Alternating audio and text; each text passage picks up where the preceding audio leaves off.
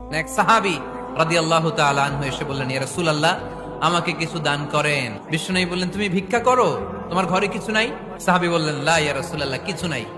বিশ্বনবী সাল্লাল্লাহু আলাইহি ওয়াসাল্লাম আবার প্রশ্ন করলেন, কিছুই নাই? সে বললেন, হ্যাঁ আছে, একটা জামা আছে, জামা, আর আছে একটা পানি খাওয়ার জগ। বিশ্বনবী বললেন, দুইটা নিয়ে আস। সাহাবী রাদিয়াল্লাহু তাআলা আনহু জামার জগ নিয়ে এসে বিশ্বনবী সাল্লাল্লাহু আলাইহি ওয়াসাল্লামের হাতে দিলেন। বিশ্বনবী জামার জগটা ধরে বললেন, কে আছো আমার সাহাবীদের মধ্যে এই দুইটা জিনিস কিনতে চাও? এক সাহাবী দাঁড়িয়ে বললেন, ইয়া রাসূলুল্লাহ, এই দুইটা জিনিস আমি 1 দিরহাম দিয়ে কিনে নিতে চাই। এর চেয়ে বেশি দাম দিয়ে কেনার মতো কেউ আছো নাকি?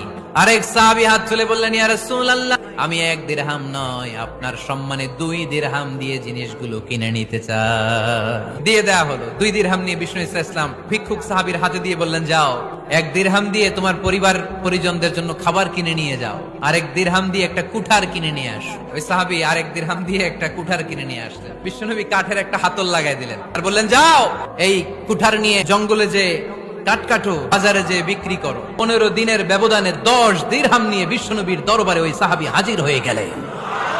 এসে বলেন, ইয়া রাসূলুল্লাহ, ইয়া হাবিবাল্লাহ, আমি আর দরিদ্র নাই, আমি অন্যান্য খেটে খাওয়া মানুষের মতো এখন উপার্জন করে আমার ফ্যামিলির চাহিদা মিটাই। এই প্রফেটিক স্টোরি থেকে আমাদের জন্য শিক্ষা হচ্ছে, তুমি হাত পাতলে লোকজন তোমার দিতেও পারে, নাও দিতে পারে, কিন্তু পরিশ্রম কখনো বৃথা যায় না।